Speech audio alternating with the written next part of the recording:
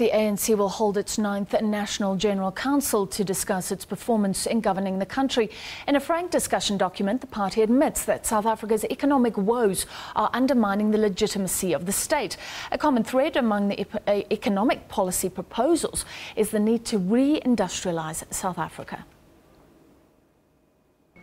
It's been a case of mixed fortunes for the South African economy under ANC rule over the past 20 years.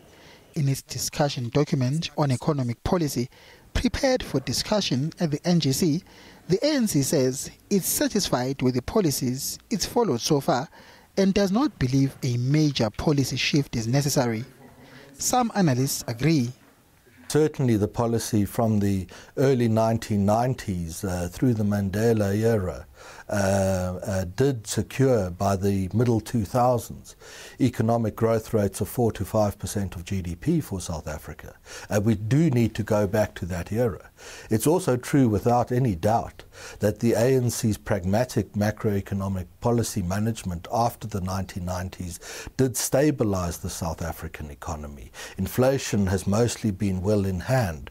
A rand weakness has been a steady move, a long-term move that dates back to the 1980s. I mean, interest rates were halved in South Africa. The ANC brought the debt to GDP ratio down from almost 50% that they inherited from the National Party to into the 20 percentiles ahead of the global financial crisis. 6 million net new jobs were created in South Africa. So it's absolutely true to say that in many respects, post-94, ANC economic policy was successful. But the ANC admits it has failed to bring down high levels of poverty and unemployment. It says specific interventions are necessary to make a difference. It proposes a host of interventions, from boosting manufacturing, doing away with export subsidies, managing rand weakness, and slowing the growth of administered prices. But analysts say some of the proposals fail to take into account the fast-changing nature of the global economic environment. But policy has to change as global circumstances change. We think that the commodity super cycle is at its end. We don't think it's purely cyclical anymore. It's driven by decisions taken by Chinese policymakers to change the nature of Chinese growth.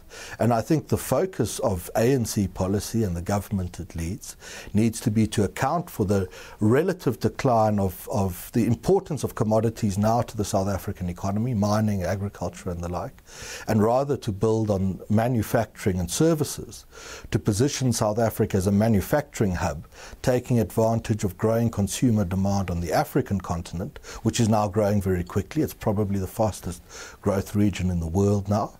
And also to secure South Africa's position as the services hub of the continent, in a sense, to play the role to the continent that Hong Kong is able to play to China. And Cronje says the ruling party just can't do anything about rand weakness. South Africa contributes less than 1% of the global economy, of global GDP. And it's simply not possible for South African policymakers here to influence the value of the rand via interest rate or dollar buying or any other mechanism that they might choose to follow. The rand in South Africa has lost half its value on average every decade since the early 1980s. This is a deeply established trend in South Africa. That trend is likely to continue, driven by global forces, and I don't think South African policymakers could influence the direction that the rand takes. The ANC's National General Council comes just a few months before South Africans head to the polls for local government elections next year. There is no doubt the impact of slow growth on government revenues, high unemployment, especially among the youth, and persistent high levels of poverty will make it clear to delegates that the ruling party is under serious pressure on the economic front. Mbongeni Muchwa, SABC News, Johannesburg.